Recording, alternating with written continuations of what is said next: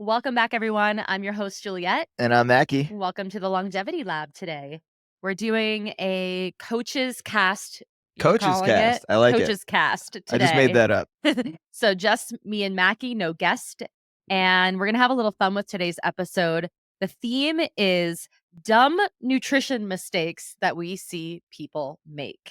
And we mean dumb in the most lovingly way possible, right? Do we? I don't know. I've made some dumb mistakes over the years with nutrition myself, and so I'll be the first to cop to all of the things, and hopefully people can learn from my mistakes and also the mistakes that I've seen a lot of clients make. Yeah, I think Yeah, mistakes are good. Mistakes means that you're trying, right? that's true. Yeah, I mean, you really do have to kind of go through some things, especially with nutrition. You have to experiment a bit because I think if you've listened to a lot of our other episodes, we've had lots of different physicians on, different nutrition experts with even Harvard degrees. Were the best of people who know about nutrition and in this space more than I ever learned when I went to school. And they will all say unanimously that there really isn't one specific diet that we should all be following. And so experimentation is a really big part of finding out what's going to work best for you. And it's goal specific, which I think we forget about a lot with your nutrition. It is not everybody is just trying to lose weight, or not everybody's trying to run a race or whatever it may be. So food is going to look different for a lot of people. Yeah, and we thought it would be fun to each come up with our own top 5 lists. Did I do And we 5? Hold on. didn't. How many did you do? I might have I not did even 6. okay, I think I did somewhere in that range, 5 to 6. Okay. Well, we each decided to come up with a list separately, and we didn't talk about it prior to the show. And now we can either compare our lists, see what we're in agreement on, and see maybe there's some disagreements. I don't know. We shall see. All right. Do you want me to kick it off Kick it with off. number 1 on my list? Yeah, let's do it. Number 1 on my list of dumb nutrition mistakes that I've seen people make is eating too little when they try to have a goal like weight loss or performance. So eating not enough. This is a big one I see a lot. And there's 2 different categories here. One, we could put like the weight loss category over here and then the performance category. And there are 2 different categories, but it's important that we give ourselves enough fuel for both of those things. And I think a lot of times we'll just talk about weight loss first. People think that less is going to be more. Eating less will then equate to being in a bigger deficit where you'll see your weight drop fast. And that actually couldn't be further from the truth, especially if you're adding in an exercise component to this, which many people are. Right. So we have something called low energy availability, which occurs when our body's not getting enough of what it needs. And it's going to take the resources towards just keeping you alive and well because our body is super smart. And so just to have your metabolism functioning as well as it can without trying to also build muscle and repair things, you're going to start slowing things down, which is why people will report that they have no results. Their weight is just stuck. Or oftentimes there's something that happens where it goes in the opposite direction where their body's conserving all of these calories and excess body fat starts to store. It really annoys me when there are experts, quote unquote, out there that say that people are still just eating too much and they're lying, and their weight loss plateau is not because they're eating too little. They must be logging their food wrong. And I will tell you from direct experience for 15 years working, especially with women, that women don't eat enough oftentimes to have their goals, and their muscle can't be built and they can't get lean because they're starving themselves. So this is a big mistake that people make. Less is not more, but we want to make sure we're eating the right amount for our goals. And even just, this is something important. The dietary guideline estimates that adult women need anywhere from 1,600 to 2,400 calories a day. And I think that women still have this idea that 1,200 calories Yeah. is like this minimum, that maybe if I can try to eat 1,200 or like to 1,500, I'll really see some weight loss. And it doesn't really work like that for everyone. And I will say everybody is different too, because it depends on how much are you exercising, and do you have a really sedentary job, or do you have a job where even if you're standing all day. Like, I have a standing desk and I'm burning a lot more calories just standing there and kind of Mhm. fidgeting all Mhm. day than when I just sit around. So I think it's important to understand that your activity, not just non-exercise activity, plays a big role too. So I don't know, I see this time and time again, and then the trust that you have to put into eating a little bit more, that's a whole nother conversation I have with people, because it can be really scary, because we have this idea that eating more makes us gain weight, but a lot of times eating more is going to let your body lose the weight that it needs to lose. So that's my number one. I love it, and to add to that, I think the other factor that I think of when people go on really low, really restrictive diets Mhm. is the sustainability factor. So how long can you continue to do this? This is making you feel terrible. This is you feel like you're missing out. There's all of these things that just make it something that you won't be able to do forever. Well, I feel like that's actually another category that you're talking about, which I had on here separate from this category. I think a lot of ours are Yeah. gonna kinda run together. Yeah, like the restrictive diet Yeah, aspect, I think is even different from the not eating enough aspect, because interesting. many times people they don't feel like they're restricting their food. They just genuinely are not eating enough because they're really busy. Their breakfast, lunch, dinner, it seems like they're eating really healthy foods, but they're not eating large enough portions of those foods, Right. or they're skipping a meal because they're really busy. So I don't even think it comes from a place of restriction all the time. Sometimes it Yeah. really is just what happens in life. You just end up not eating enough and you don't realize it. And it's not until you take inventory. If I have someone do a food log, they realize, oh my God, I've only been eating 1,100 calories a day. And because our body is so smart, it's designed to be able to handle that amount, and you can still function. Now, you might not be realizing you're not functioning at a high level. You're like, Right. "Why am I tired all the time? I'm not sleeping that great. I'm not recovering well from the gym. I'm not building any muscle," right? All of those things could be in the background, but you're not really present to them until you put 2 and 2 together, and that's why I think doing a food log from time to time is really good. Like right now, I'm doing food logs daily because of my training. I want to really take inventory to make sure I'm eating enough to recover and fuel my training right now for the race that I'm getting ready for. Yeah. But I don't do food logs. I wasn't doing them all winter or anything. It's like something I'll do when I'm curious and need to make a change, but it's not something that you have to do all the time. That actually ties in with one of my top 5, so we might as well just jump right into that Yeah, one. what do you got? So so there's actually 2 that are tied into that, but my one that goes with that is as far as the top 5 mistakes that people make when it comes to nutrition, not tracking ever Mm, and just being completely in the dark and not knowing where they're at, or tracking permanently forever. So we need to interesting. find a sweet spot in there where we are doing a little bit of tracking to understand what your baseline numbers are at, ensuring that you're getting everything that you need to get, but also not being obsessed with it and always tracking every morsel of food that you eat for the rest of your life.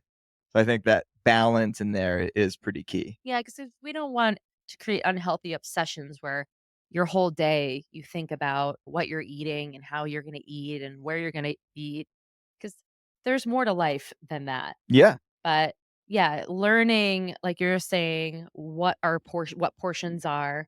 I Mhm. mean, I definitely thought like 3 tablespoons of peanut butter was 1 tablespoon of peanut butter for like Right. years. I'm Right. like, it's like a golf ball size, right? And when you go to a smoothie place and they have the little like ice cream scooper Oh for the yeah. peanut butter, you're getting like 3 or 4 tablespoons That's of peanut butter in a that smoothie. that's a lot. Yeah. Yes. And so the corollary to that is using a food scale to actually measure to understand what your portions actually are. For me, it's very stressful to try to figure out what I'm tracking because I'll get a piece of chicken and it's hard to tell. Is this a 3 ounce piece of chicken? Is it a 5 ounce piece of chicken? It's not that easy to understand how much you're getting unless you use a food scale. So it sounds like, oh, you're weighing everything that you eat. That sounds very over the top. Mm. But for me, it's very liberating because I'm able to know what I'm know what I've got. I don't have that stress of figuring out if I'm tracking correctly. But you don't do it all the time. No. When do you do it? When you have a goal? Yeah, or if I think it's good to track, like, if your goal is changing, if your priority is changing, if you're going from a period where you're trying to build more muscle to a period where you're trying to do some have a lower body fat, or if you're changing the types of training that you're doing. Yesterday we had somebody on the podcast who was going from training to run a marathon and now training to do strength training. And I think that would be a good time to take a look at the diet and do a couple weeks of tracking to see where things stand. Mhm. Yeah, and caveat here is knowing yourself and where your mental health is with this stuff. I suffered from disordered eating when I was younger, and there was no tracking for me that was gonna be healthy for my mind, Right. and I had to really be liberated away from thinking about, like, the amounts of things and the calories, and that was my own journey. So I think it's important to know where your mental health is when it comes to tracking, and if it creates obsessive behavior and thinking and you feel like you've lost freedom, then it's not necessarily the right path. You can do more of a visual inventory of food. I think it Mhm. can be a safer way for if you tend towards more obsessive thinking with food, learning, okay, that looks like around a 3 to 4 ounce piece of chicken versus having to weigh it and having it to be so exact all the time. I definitely think there's some different ways, or I use more measuring cups for things versus Right. using the scale. Just Yeah. because I find it cumbersome personally to get the scale out, and then I have to put like a paper towel on it with the hot piece of chicken. It's like it's like greasy, you know? Yeah. It's Well, not I feel the always same. It's funny because I feel the same way where it's cumbersome to use the measuring cups. okay. Yeah. So So there we go. Decide what works better it for defi you. and that's the thing, like, with all of this, Yes. everything, whether it's a mistake or if it's something that we recommend doing, it's still gonna be very individualized, Yeah. and what you take what works for you, throw out what doesn't work for you, and go from there. But portions and serving sizes, I think, are important to look at. And yeah, you're right with the overlap on our nutrition mistakes, because here's one that I have that I think is really good with this one. This mistake is eating too much, but since it's clean, which is such a funny thing that we clean eating. Quote, What the heck? unquote, "clean." Because What does clean because mean? clearly you're washing your steak off. You're cleaning it, right? So eating too much, but because you're eating clean, you justify it, thinking that the calories don't really mean anything. Right. So this is definitely a big one with like healthy eaters. It's not thinking about portion sizes being important or serving sizes because you're eating great unprocessed foods, which are giving you wonderful nutrients. But even the healthiest diet, if you're eating too much of it, is not going to assist you in weight loss Right. if that's what you're looking for, you know? If your weight is stable and you're just maintaining, then whatever, just do what you're doing. It's clearly working. But I've seen this a lot with people where they're not thinking about their portions and they're making a healthy salad, right? Yep. And on that salad is cashews and olive oil dressing and avocado, and then they're throwing in chickpeas and then chicken. Like it's just a beautiful loaded salad, and that salad might be more than half their day's worth of calories. Yeah, not to mention the dressing or whatever Yeah, else is on there. yeah. I think one that we have come across recently that is a quote unquote healthy cereal that is very calorically dense is grape nuts. That Okay, was so surprising. with my goal right now to eat a lot more carbohydrates than I've been eating for my endurance training, I am now focused on, like, what foods are gonna give me more carbs, and grape nuts is a cereal that my dad always ate growing up, and for some people, this might sound like the healthiest, most disgusting cereal. I love it. I love the crunch of a grape nut, and then when you put, like, almond milk on it and it kinda soaks in for a while, it gets, like, Yes. mushy, crunchy, I don't know, it's so good. I was in disbelief when I read that half a cup of my grape nuts is 200 calories. Great carbs, like 50 grams of carbs, but 200 calories for this tiny half a cup. In most cereals, you can get, more than double that amount for the calories. And I'm still unsure of how they pack that much into such a tiny amount, considering that like rice or quinoa, I guess it's a little bit like that, when you have like dry quinoa or dry rice, Yeah. it's a lot of calories and it expands, except for the grape nuts, they don't They don't expand. expand. They're just Right. this is all you got.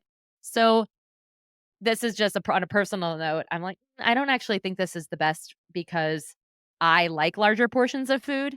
Yep. I like more volume, so that is not giving me a lot of volume of food, so not something I'm probably gonna buy again. It was nice to try, but this is the experimentation part, right? And I paid attention to the labels. I looked. I wasn't just like, "Oh, healthy, high fiber cereal, gonna just pour a huge bowl of this." I looked at the label and I was like, "Oh, I get half a cup." Okay. But yes, I think that can be a mistake that people make. Healthy food doesn't mean a free for all of eating however much of it that you want. Now, of course, if it's broccoli or veggies, then have at it. It's going to take a lot of broccoli to You're eat. gonna get full before you Yeah, overdo the yeah, calories you're on not that going to one, that's overdo for that. sure. But especially things like nuts and seeds, the healthier fats, that's where I see a lot of people overdoing it in their day because it doesn't take a lot of fat to give you a lot of calories. So the 1 tablespoon of olive oil is 100 calories, and how easy is it to have like 3, 4, 5 tablespoons of olive oil if it's like an oil-based dressing? Yeah. So being conscientious of that is something that I think can help people a lot. All right, what do you got, Mackie? All right. My second one is going to be people taking an all or nothing approach. So the idea that they're perfect with their eating all day long, and then they have a happy hour with work and they have one drink, and that's like, well, the day's ruined. I might as well go ahead and order a cheesesteak and order this and that. And you go off the rails. So this all or nothing approach where if you're driving in a car and you're driving home from work and you miss your exit, you don't then decide to drive to Florida or drive to another state just because, oh, Sounds I missed fun. my exit. I might as well keep driving forever. Sounds like a fun adventure once in a while. And we see it all the time, and it's kind of an obvious one. So I almost didn't put it on the list. But Mhm. because I see it so often, I thought it was worth mentioning. Yeah, I think that it would be maybe impactful to talk about, like, how do you approach that with someone when you have a client who's doing that all or nothing? How do you speak to that and work with them on that? Well, there's a couple things that you want to look at. One was just planning. So if you know that you're going to be going to your work happy hour later in the day, maybe you adjust what you're eating earlier in the day to allow to budget for what you're going to be doing that evening. That's one way to do it. Just being mindful and conscientious around the choices that you've got while you're there. And then the other thing to think about is that one drink, is that one meal going to really throw you off? How often have you heard somebody say, "Well, I didn't stick to my diet this week. We'll start again on Monday." Yeah, like, it's this permission now to just Yeah. do whatever because you're not perfect, and that is, I think, the behavioral change is to and this goes for life in general, right? With anything we do. If you're expecting to execute something perfectly, good luck, Yeah. because that is just setting yourself up for disappointment. Yep. We're seeing this with me right now, right? With my Mhm. with my training, Yep. and Mackie is gently reminding me of something I already know, which is like, you're gonna fuck up. Yeah. It's not gonna be perfect week. You might miss a, session, or you might not feel your best, or the nutrition might be off. That doesn't mean that I just give up entirely and quit. Right. And it's just all really information for you to learn from. Everything is learning, I think, Mhm. especially with this. So your quote unquote fuck up is actually really useful and can give you intel for the next time you have an outing like that to understand yourself a little bit more. I know you'll see me have a little protein snack before we go out to eat a lot, right? And Right. why do I do that? I tell you. Well, then if you have a little protein snack, you don't go into that outing ravenous Yeah. and wanting to eat everything on the table. Yeah, and I tell Mackie, like, I'm gonna have a little snack because I don't wanna get to the restaurant and feel so low blood sugar that I overeat and they Let's can't order think one of straight. everything on the menu. Yeah, and that can really happen, and drinking can do that for people too, like, I think Yeah. that is a piece of this, having that one drink isn't always, like, necessarily the make it or break it, it's that the drink then makes you Opens feel up the yeah, it's like, floodgates. "Ooh, I'm Yeah. gonna have a good Let's have time." fun. Let's Yeah. go. So, maybe don't have a drink on an empty stomach if you haven't eaten all Yeah. day long, maybe coat your stomach a little bit so that that first drink doesn't hit you so hard that you then are going ham and ordering a plate of cheese fries. And there's nothing wrong with specific foods. I think this is really like where the biggest piece of this lies when we're changing our mindset with food. There is no good and bad. I think this is one right here. This is a top mistake that we see. That people who are labeling foods as good food and a bad food. Yes. Yeah, no, I think this is really important because will set you up for a lot of disappointment within yourself if you label certain foods as good and bad. And how easy is it to do that when we're getting inundated with so much information online around, and there's so much like vitriol with certain foods, like this is Yeah. gonna give you cancer and this food is amazing for you. And it's all this marketing and like clickbait for people. Yep.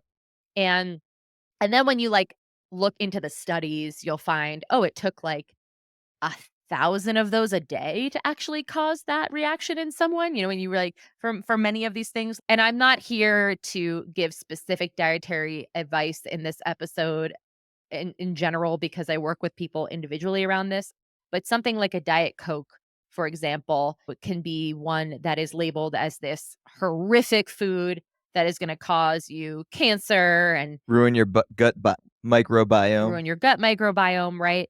And is that for you to feel horrible if you have a Diet Coke once in a while? Or is that someone who's having 10 a day, right? There's a lot of times the dose matters with things like this. So I really like to look at all food as just being neutral. It's just Yep. food. Take the energy away from it. Yeah, take those labels out of it.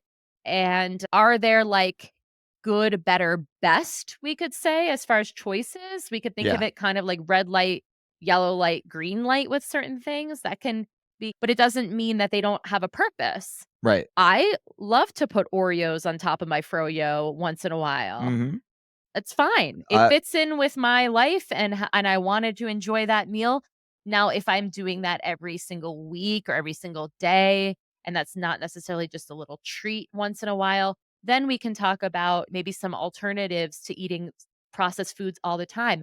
But there's a time and a place to include these things, and it's not going to make you a bad person. A lot of times we connect this like morality right. to food. Like, Right. "Oh, I'm bad because I had processed Well, food." and then this speaks to the rebel that's inside all of us. If we've got these hard and fast rules around food and around not eating the cheese fries that you mentioned that I am now craving, I'm really gonna wanna get cheese Poutine? fries. What's is pout Yeah, it's like the Canadian version of is that, yeah. poutine with the gravy and the Yeah, yeah. oh, yeah. But, yeah, I mean, there's that rebel inside all of us that wants to break the rules and wants to go against the things that we've set out to do, and, The the sabotager, self-sabotage, but mhm, it's in there, and it feels good to do it in the moment. yeah. Yeah, the relationship to your saboteur, the archetype of the saboteur, which I like archetypes. Yeah, I think that we all have these within us, that rebel, and that is a really fun one. I know that for some of us, that might not feel fun in the moment when that part of you is saying, no, do that thing that isn't going to be best for you. Like, stay up late tonight and continue to watch the next episode of Netflix. And you know what? Go into the kitchen and get another snack. It's fine. It's fine. You deserve it. You've had a hard day. Fuck it. yeah, It's just one night. You'll start again tomorrow. Right. yeah, We all have that, just know that you're not alone in it.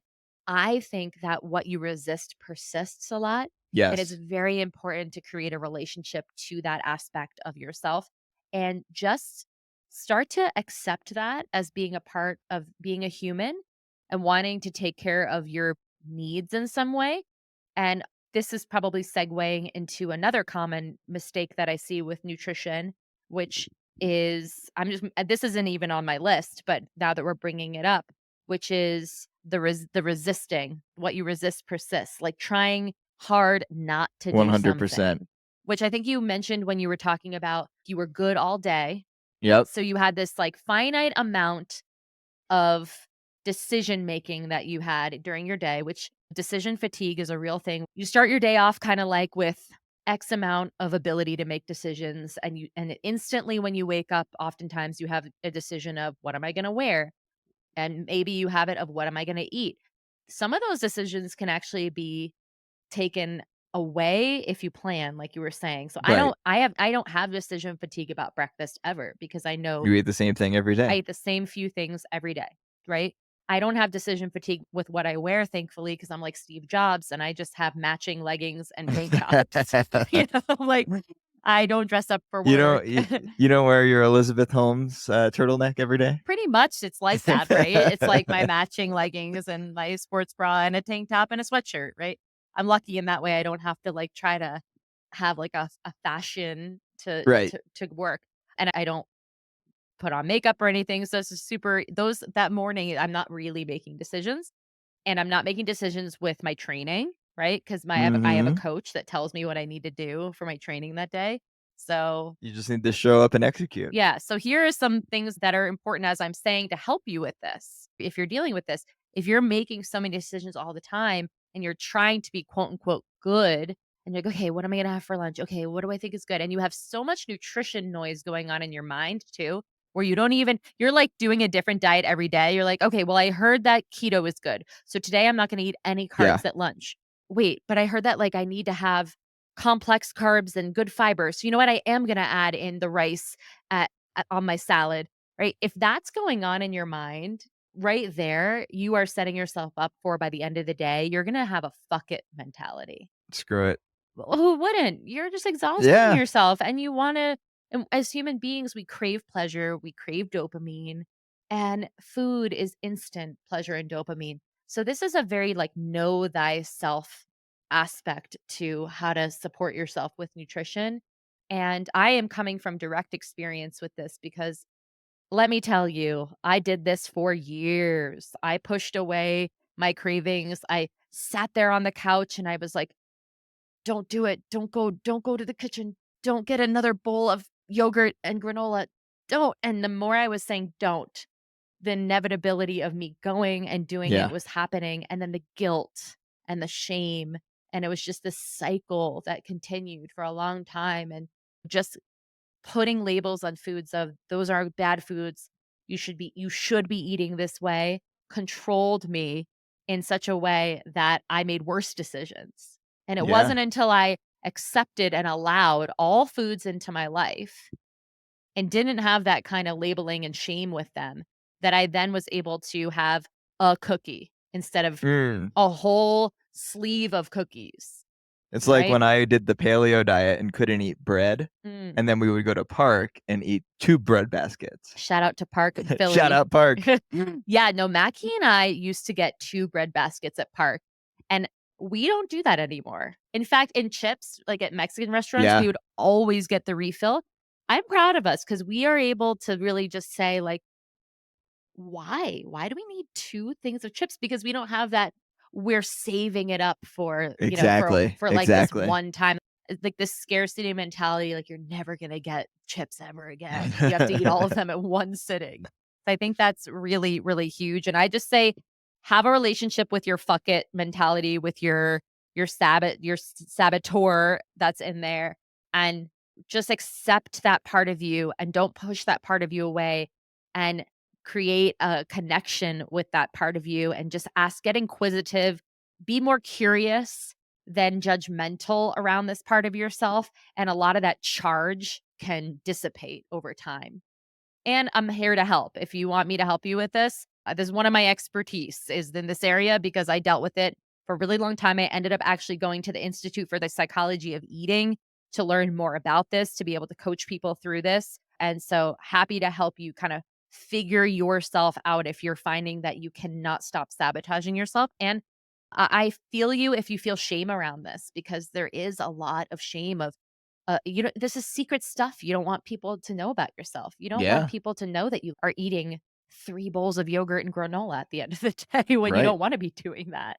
Or that you go out and you like I'll never forget going in New York City to the donut cart on my, like, break from work and being like, "I'll take a donut and 2 muffins," and then eating them so quickly because I didn't want anyone to see me, and then, like, throwing half of them away because I felt like, "Okay, good, you didn't eat all of it." Like, the insanity that can ensue in our mind around this is it's a lot of energy. Yeah. It's a lot of It's a lot. energy to use when you could be It's a using lot. that energy for many other wonderful things in your life. Anything else, Mackie, on your list? My third one is coming into this. If you're looking to make dietary changes, if you've got a goal, if you've got a priority that you're looking to try to do, the having a rigid mindset around what has worked in the past, what used to work, having these ideas around, let's say, carbs, where I can't eat any carbs, I'm going to gain 50 pounds. Having these ideas in our heads that have kind of built up over the years through different gurus and different bad diets that have come and gone. And we oftentimes take these things on and we make them these rules that we have to live by, or we feel like we have to live by. So coming into it, and shout out Nate Klemp with his book Open, coming into it with a more open mindset, a beginner's mindset, and an experimental mindset where you are the N of one. You're experimenting. Let's try this on. If it doesn't work, I can get rid of it, but let's try it out and see what it does. And having that open mindset and being willing to try things that are outside of your comfort zone Mm. can go a really long way. Yeah, this is huge. I didn't even think of this one, so thank you. You're welcome. I think this is a big, big one. I would say that goes hand in hand with the eating more, right? Because a lot of Yep. that thought of calories in, calories out is such a thing in our mindset that we've heard that it's scary when I say to someone, "I actually need you to be eating more." Yeah. That trust to do that when you are already feeling maybe not the best about yourself because you've put on weight. So you're Mm-hmm. worried that you're just going to gain more weight. And there's this, I think people have this fear that it's, or belief that it's really hard to lose weight. That's a belief too. I think that Yeah. a lot of these things are these beliefs that we've taken on as being truth. A belief isn't truth. I think that's important to understand. Just because you believe something doesn't actually mean it's true. And that's a hard pill to swallow sometimes. Yeah. Like, just because you believe that carbs make you fat, because I hear this all the time. Oh, yeah, no, carbs make me fat. I'm different than everybody else. I This is have a not slow metabolism. th- I have an issue. this is not nutrition, but we hear it where, oh, I can't lift weights, it'll just make me bulky. Yeah, I build muscle quicker than everyone else. I'm Then you like, should be a "Real?" I was bodybuilder. like, "Really? Then I we need to sponsor you to be doing some sort of competition because you're so special." And I don't mean to diminish people this way, but I think that this is really important, that we protect ourselves by saying these things, like we were trying to make ourselves feel like there's the reason for why we are the way we are. Everybody always wants to have the answer and the certainty. And Yeah. so we create beliefs like, "Oh, I'm just not a good runner. Oh, I'm just very muscular. I have a bad metabolism and genetically I am fucked." That Yeah. is really hard to carry something like that with you, and it will inform all of your decisions, and you will be preventing yourself from potential greatness if you are always feeling like you have a belief about yourself that, again, it might not be true. Yeah. I mean, we had somebody come to us, a friend of ours, who not as a client, but just asking for advice at dinner. They have a belief that their whole family is overweight. They have a belief that that's genetic, and they've been eating, let's say, a keto diet, or they've been eating in a very specific way for a long time. And then they're afraid that if they change that, that they're going to just follow the rest of their family in being overweight. Yeah, yeah. And it would take a lot more than just changing one little ingredient Right. to do that. And we know that lifestyle is huge when it comes to what actually unfolds with our genes. Your genes are like a loaded gun. and you have to pull the trigger. And how you pull the trigger is by doing a lot of things that will get you there. It's not just, like, oh, I had, a cookie this week. It would be, are you having cookies every day and you're not exercising and I mean, let me tell you, like, my dad, he died of a lifestyle related disease. He had metabolic syndrome, which is where you have the slew of all of it. You've got high cholesterol, you've got high blood pressure, your blood sugar is borderline diabetic. I don't know, he was never diagnosed with diabetes, but again, he didn't see many doctors because I think he was just afraid of what they were going to tell him. And he Yeah. had heart disease and he died of a massive heart attack. He was obese.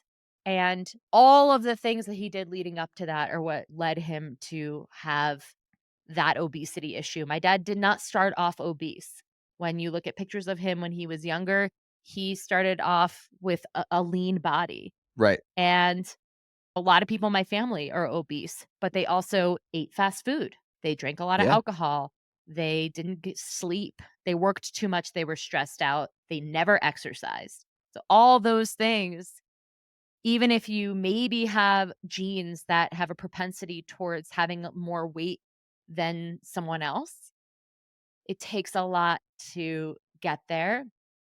I'm not saying that this is the case for everyone, because there are people who are born and are young and are overweight from the time that they're young, but that's a different scenario. One more point that I want to make about being open Mm, and trying on new things is, let's say, worst case scenario, you try something that actually does cause you to have a worse outcome. But it doesn't happen overnight. So that's the thing that I look at. It's not going to be like, okay, I tried this one new thing and I woke up the next morning 50 pounds heavier. It doesn't happen so fast that you won't recognize that something's going on. And well, maybe this isn't for me. sure. Yeah, so it takes some courage, like you were saying, Yeah. to step outside of your norm, and we know for everything that we don't really like to be uncomfortable as humans. We feel safer when we're just doing the thing that we know the outcome, even if the outcome is the same one that you don't want all the time. Yeah. So it takes some bravery to step outside of that and to try new things. But what if it's better than you ever could have imagined? That's what I always tell myself when I'm going Yeah. into that fire.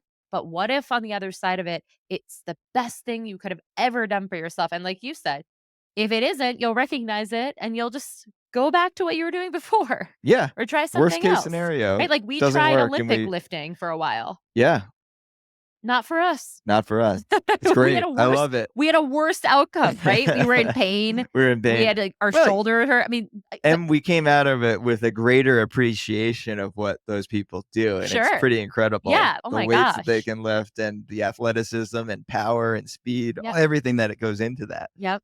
But for us, it wasn't it. It wasn't it. Yeah. We're not Olympic lifters. Okay. Do I have any other ones on here that I would like to share? Um I'll kind of just like run through these like pretty quickly, and they may be kind of obvious, but Rapid fire yeah, mode. skipping meals is one. I know intermittent fasting, that's a separate thing. And if that's what you're choosing to do, if you're choosing time restricted eating and you have a window and that's working for you, then continue on. This is not who I'm talking to. I'm not talking to someone doing intermittent fasting. I'm talking to somebody who is thinking, oh, I'll just skip breakfast because then I won't eat as much for the rest of the day. Or Let me just have a handful of pistachios instead of a meal. yes, exactly. And what I find with that when people aren't eating at least 3 meals a day, again, we're not talking about intermittent fasting here, is that they will tend to just snack and they're never getting enough calories at any given time to create satiety. So then they're always hungry. Yes. So they end up actually eating more than they would have if they just had 3 good full meals, 3 square 3 meals. square meals a day, and maybe a small snack or 2, depending on how your day goes and how active you are and what you need. But the skipping meals, whether it's on purpose or sometimes not on purpose because 'cause you're just so busy, this is a big area I see for improvement for people that will give them a better outcome often when they plan, which is on next to my list, not planning ahead and having things. So you need to plan for having those meals every day. And if you know that you're going to be traveling, I have clients who they are on the road for work. I have a client who's in sales. So she needs to bring things in the car Mhm, and mhm. have like a cooler with foods that make sense for that. Certain foods won't make sense, be enjoyable for that. Like having leftovers where you don't have a way You to can't heat heat it it up up. Yeah. is kind of gross. Yeah. So we figured out that a sandwich and a wrap Yep. or some sort of salad or whatever that could be yummy and cold is something that's gonna work better for her. So this is again, I'm gonna say this over and over, know thyself. Know your day, know where you're gonna be, plan ahead. The first thing Mackie and I do when we travel is we go to the grocery store pretty much when even if we're a hotel, Airbnb, we go and we pick up provisions for the trip. Right. Yeah, and that's a big one, making sure that we have snacks with us, that we're gonna be set. I mean, when we were in Moab last time, we brought bags of stuff. We had lots of snacks because we knew we were gonna be going on different hikes. We didn't want the stress of being like, "Oh, no, we're gonna need food for that hike. How do we figure that out?" That would have taken away from our trip in a way. Yeah, drive down to town, pick up snacks, drive back out to wherever the hike is. Yeah, it would have been a hassle, and we likely would have made worse choices. Yeah, and food is really fuel, especially when you're on trips like that. Even if you're on a work trip and you want to be sharp with whatever you're doing, maybe you're at a conference, maybe you have to present something. Like food is your fuel to feel as good as possible. And it sucks to have low blood sugar and to not be like on your game. Yeah. And so, One of our go-tos is to get a box of protein bars prior to a trip like that, where it's yep. like, all right, well, I only have 15 minutes here to grab a snack. Let me just grab a protein bar, and then I can at least take the edge off until I can get to a proper meal. Yep. Hold you over. Does that sound Philly when I said hold you over? No, I don't know what that sounds like. Over. Oh. I kinda think that might be it for my list. I did say, not eating enough protein. Oh, yeah. Woo, woo, protein. Um, yeah, this is kinda like skipping meals, like protein makes you feel full. It's gonna help you with your goals, especially for many of our clients, their goal is to maintain and build muscle. Yep. And I just can't speak highly enough of this macronutrient. I know it's getting a lot of attention these days, especially in the Mhm. longevity movement, because muscle is our longevity organ. It's the thing that we need to make sure that we are as protected as possible as we get older. And we need strength and we need mobility and you need muscle to do that. And protein helps with that. Protein is that. So, but as far as nutrition mistakes, I see it's just people just not getting enough protein in their meals in their day. And you can have a bigger portion of protein. I think that's one that you don't have to be too worried about. Like you can have enough chicken, enough tofu, whatever it is to really focus having that meal be a high protein meal and you'll feel a lot better. Right. Often when you have a lot of sugar cravings, it can come from not having enough protein. So again, another Mm. inventory for yourself, but our Yeah. body will crave more sugar when we are protein deficient. And so my very last one was just cutting out a macronutrient or like cutting out one specific thing. Like I'm not going to have any sugar. I'm not going to have Mhm. any carbs. And that goes back to your restrictive eating, but you're just setting yourself up for misery and it's not It also ties back into that rebel, the rebel. what we resist persists, Yeah. all of these things that, and there's certain things that could be a trigger food. Like it could be alcohol could trigger you to make worse decisions afterwards. Or for me, it's bread. If I have a piece of sourdough bread, I'm likely to have the whole loaf of sourdough bread. Which So I is don't why get I it. I can't be a sourdough girly. I'm not Yeah, I yeah. can't be That would be I can't make sourdough. I that would would be love to. amazing. It would be so good. That's like But okay, so that's like you remember recently you were like, "Oh, I think I'm gonna start making like oatmeal raisin cookies," yes. right? Because we're doing all this training and Yes. yeah, no. Just don't. I'm better off just getting like an oatmeal raisin cookie when we're out, but I Yeah. don't wanna have 50 oatmeal raisin cookies in the house. I'll stick to the Feed Zone portables, to So the rice cakes and all that stuff, which is good for you, but not as addicting. what is it? Feed Zone portables, What's that? Alan Lim. It's Sport Nutrition, Scratch Labs, the Oh. rice cakes that he Oh, makes. yeah, those aren't good enough to wanna eat No, a ton of. they're great for when you're out on a hike or a Kinda like run. Mary's crackers. Yeah, If yeah, you yeah, buy yeah. Mary's crackers, you most likely will The seed you'll crackers. have those crackers for the whole week. You will eat a portion of those, you'll feel satisfied, and that's like dark chocolate with me. Like, I buy really high quality dark chocolate. I'm not buying milk chocolate, which is super sweet. You just kinda keep eating it. You buy the extra dark. Yeah, and this is an important point to make to if you know that having all this shit in your house is just gonna make you eat more of that shit in your house, and I'm just saying I'm using shit loosely because, again, it's not that foods are good or bad. It's just some, again, red, yellow, green kinda situation. Yep. Maybe don't buy them. And this is coming from someone who had to heal my relationship with food, where at one point I really couldn't have anything, in the house, to then introducing all of it into my house as a way of healing my mindset with food, because you wanna be able to not feel that psychological pull, like I said, to having to eat 10 cookies. So when I tell Mackie, "Don't make oatmeal raisin cookies," it's not because I'm gonna eat 10 cookies at a time.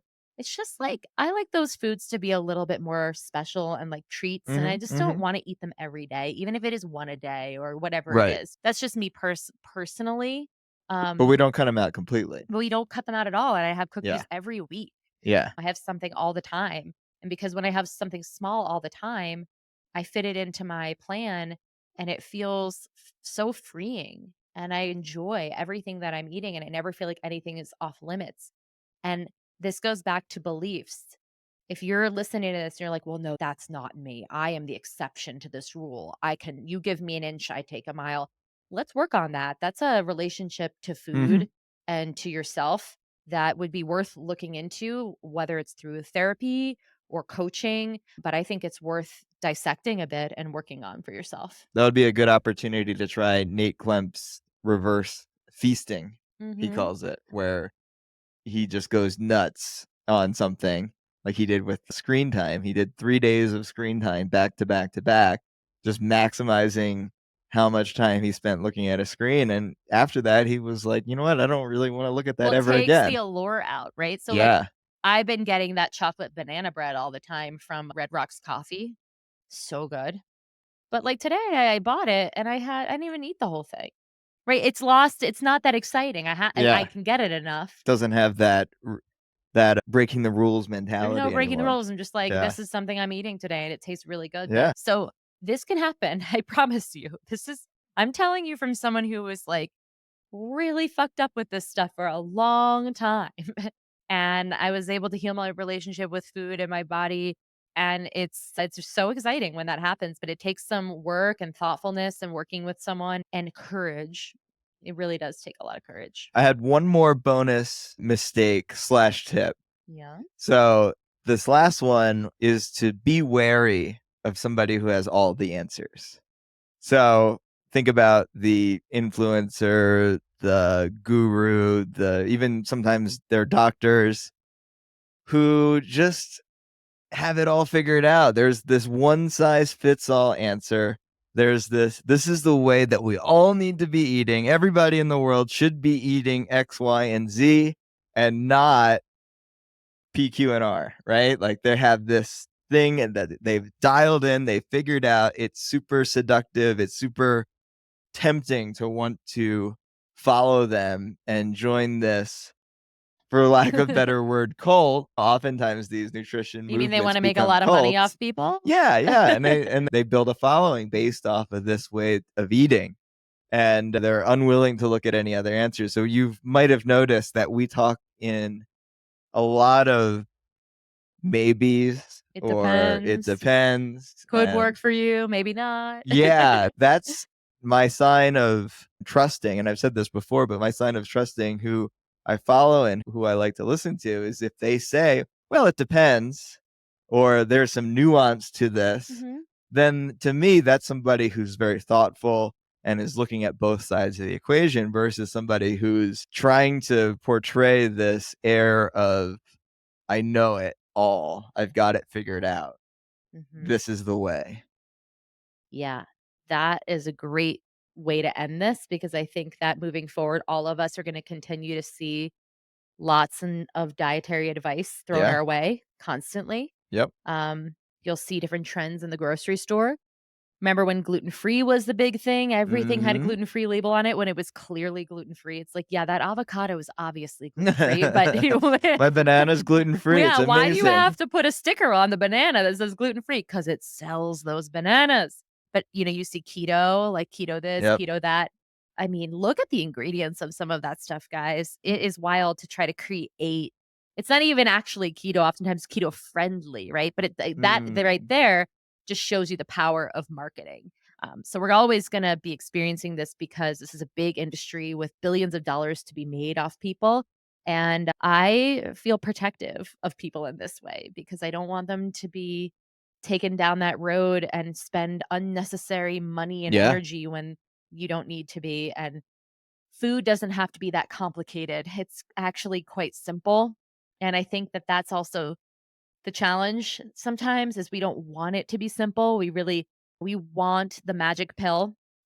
I think that I a friend of I ours love how when you said that there was a big thumbs down on the screen. really? Yeah. Did you do something with your hand? I think you did. I didn't do anything. I want the sparklers to come up again. I was trying to find this post that Matt Lyon put up that Shout out Dr. Matt Lyon. Listen yes, to that episode. It was great. amazing. Love him so much. Been working with him to help my nervous system with my training. I'll kind of keep you guys posted how that goes, but we're doing like really weird shit together and I love it. I can't explain what we're doing, but it's a lot of just brain repatterning and he shines things in my eyes and he We'll have him back to makes me shrug my explain what shoulder it's and all make about. noises and he says that we're just utilizing different it's like brain basically I'm doing brain exercise, Like, yeah, you're training your brain. training my brain You're and repatterning your brain, yeah, and right? your brain has all different components to it from your vision to your to auditory, all those things. So we're working on that. But he said magic pills no one wants to take, not drinking alcohol, avoiding foods that don't love you back, going to bed early, lifting weights, turning off your phone, spending time in nature, breath work, not gossiping, eating nutrient dense foods, being bored and resting in it, minding your own business, showing kindness to those you don't agree with. These are see, there are magic pills, but they're just Yeah. not the ones that we want to take, which is like, eat this food and it'll make you live Take this forever. supplement, take this Yeah. herb. Yeah. Anyways, simpler is often the way to be. And we hope you enjoyed this episode. If there's anything we missed, any nutrition mistakes that you want to tell us about that or if you have any questions, reach out. Remember that Ultra Life, our company, is taking on coaching clients. And Mackie and I work with a variety of people from all over the country to help them get ready for events they have or just to be the healthiest that they can possibly be. And we take care of all of your exercise. We program everything from your cardio to your strength to your recovery, your nutrition, all of that's included. We meet you one on one for coaching sessions, and then everything is delivered via our app. And there's full accountability, and we message with you on the day to day. And we were just talking about we have a post that we're going to put up about the Hawthorne effect, which is when you Yes. know somebody is watching you, you tend to do a better job. And that's why having a coach and having us in your corner can be so useful because you will do what you say you're going to do, knowing that somebody is expecting that from you. And we have lovingly high expectations of our clients where we want to see them do their best and with flexibility, of course, because that's what being a human is. So, again, it's not about perfection. But if you are interested in working with a coach for your health, reach out to us. We have a free call that we have with everyone, and that is a strategy session. So, even if we don't end up being a good fit, you'll get a lot out of that call because we can at least talk about what are your goals? What's not working? Where do you want to go? And we can sort of put you on that path, even if it's not with us. But we love to talk to people from all over, and we hope to hear from you guys. Hope you enjoyed this episode, and that's it. See you next See time. you next time. Bye, guys.